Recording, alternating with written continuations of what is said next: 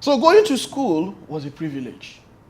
Because many people sometimes send their children to go and learn how to trade and other things. So I grew up in a society where most parents sending their children to school was not a duty but a favor which they fulfilled grudgingly. So sometimes some parents will tell you, why not come out and go and learn this trade or whatever and start generating income as a child. I was sent to school anyway, and I was privileged to be sent to a mission school. So sending you to a school where you are forcefully converted, where you are told to go and pray when you don't want to pray, where you are flogged before you enter the church. Imagine a situation, you want to go and pray, they say, oh, you came late, and they have to flog you. That you'll be having the pain and kneeling down praying to, which God? Which God? You'll be kneeling down praying, I mean having the pain from the strokes you got. So friends, but I was privileged to go to such a school.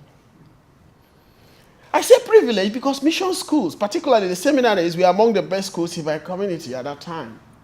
I think they're still the best. Many parents looked forward to sending their children to mission schools for disciplines. They should be disciplined. And discipline means flogging. I think it's a crime here, isn't it? To flog a child is a crime. Yes, can you see? That will tell you the moral distance, the moral gap between Africa and Australia. And we should understand this when we are dealing with the people or issues concerning Africa. Discipline, if you say disciplining a child, is flogging that child. And flogging the child thoroughly. That is it. So my people in Africa, they have not understood another way of disciplining a child except by flogging. So that's it. So many parents, looked forward to sending their children to mission schools, whether they truly believed in the mission of these schools or not. Still, many families could not afford to educate their children in these schools. They had to send their children to public schools where children received little or no education.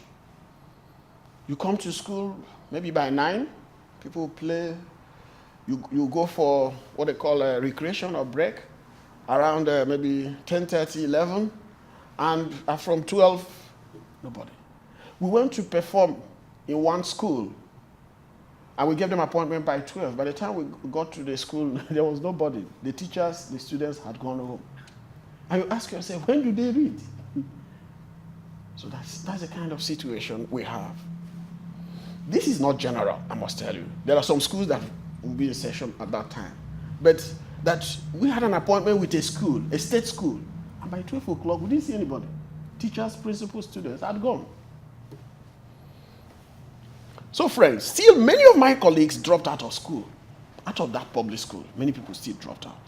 Sometimes as a result of pressure from their parents who wanted them to get married, particularly the girls, or go into petty trading, or to start generating income. Many people took up trading or technical work without any formal training, while others left for neighboring countries like Cameroon, Gabon, and others, because it's always difficult coming this far.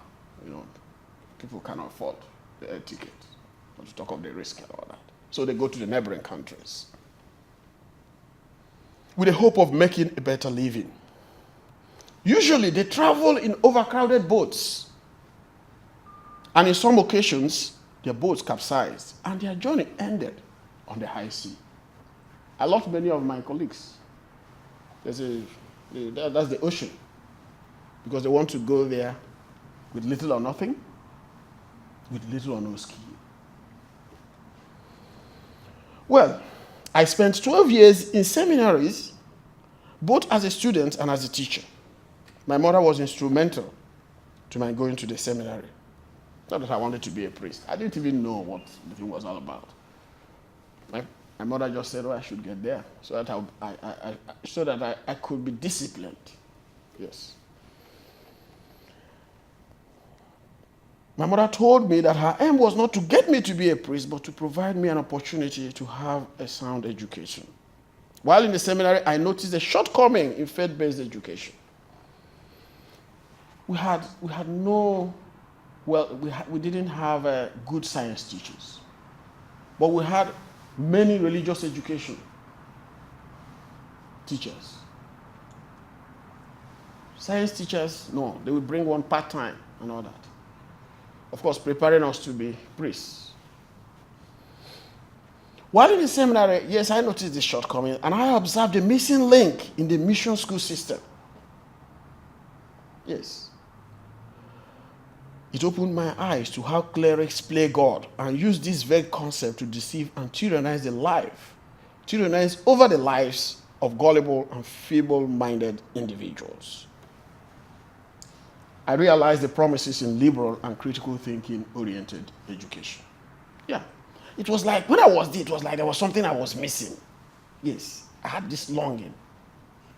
There was something. But I couldn't know what, I couldn't actually put it. But I was having this feeling that was not ideally the way I would like to be educated.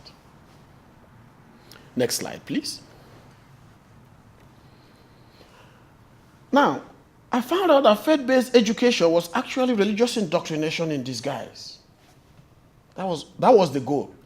Not really to educate us, but to capture us young for the Lord.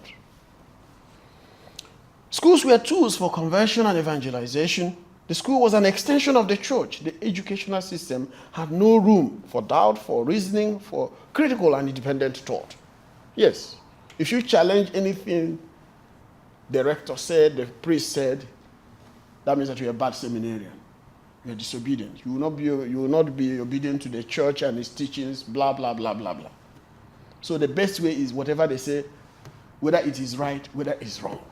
And imagine going through this kind of process as a child. They will just train you to become an adult idiot. You just grow up to be an idiot. Anything that somebody says, you agree.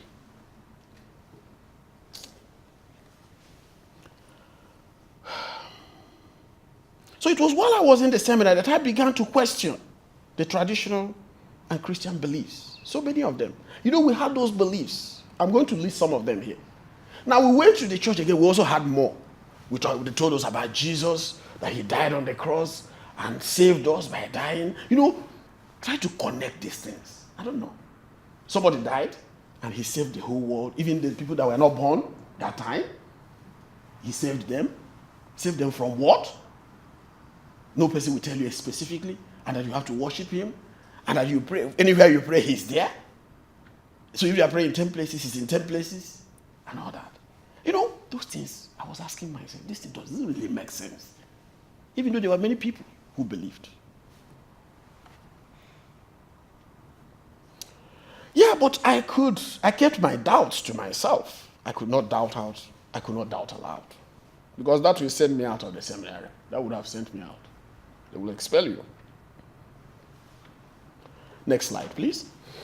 As a student, one of the things that agitated my mind was the prevalence of superstition and superstition-related abuses and atrocities, particularly the belief in witchcraft, the practice of ritual killing, and the use of juju and charms in my society.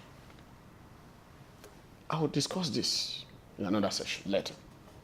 These traditional beliefs and practices did not make my society, did not make them grow, develop, or prosper like others. Yes, you read about other countries making progress, coming up with new inventions, and people are still talking about witchcraft. You ask yourself, what is wrong?